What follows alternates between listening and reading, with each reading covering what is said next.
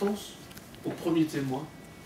Parce que ce premier témoin, au jour d'aujourd'hui, c'est lui qui nous manque. C'est lui qui est défaillant dans la prise en charge. C'est pour ça qu'on est à 3%, on est à 4% d'arrêt cardiaque récupéré.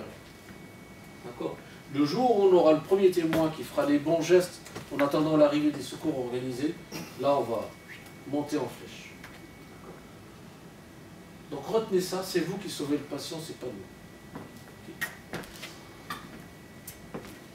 Donc on a alerté le centre 15 pour faire venir rapidement un défibrillateur, pour faire venir une équipe médicale.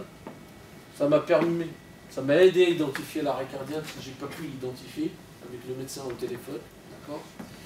Et le médecin va pouvoir me donner aussi des conseils, même si éventuellement je ne sais plus, ou j'ai su faire, je ne me rappelle plus. Donc ce médecin-là va me donner effectivement les conseils de prise en charge de la victime jusqu'à l'arrivée des secours. Ok ? Et donc ça c'est le premier geste qui sauve, c'est l'alerte au centre 15. D'accord. Est-ce qu'il y a des questions là-dessus? N'hésitez pas à m'arrêter.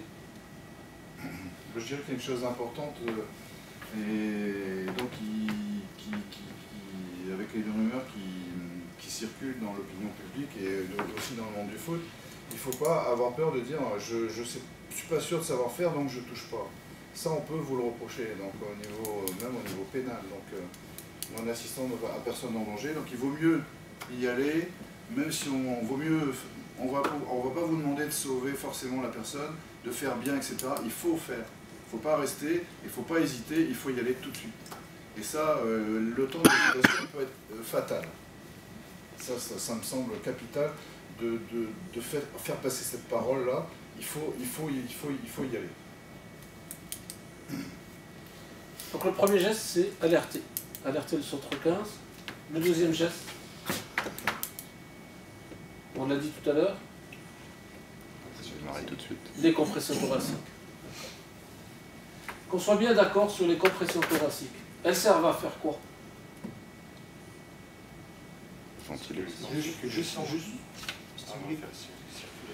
Ouais, faire circuler le sang, d'accord. Quels sont les organes qui vont avoir besoin de sang? Donc, quand on dit circuler le sang, c'est amener de l'oxygène. Hein. D'accord? Il faut avoir comme arrière-pensée, faire circuler le sang, c'est amener de l'oxygène aux différents tissus de l'organisme. D'accord? Il y a deux organes qu'il faut oxygéner rapidement. C'est lesquels? Le cerveau et le cœur. Le cerveau et le cœur. D'accord. Alors pourquoi le cerveau, il faut l'oxygéner rapidement? Pour éviter les conséquences. Pour éviter effectivement les séquelles neurologiques. D'accord. Donc il faut savoir que le cerveau est le premier organe qui souffre du manque d'oxygène.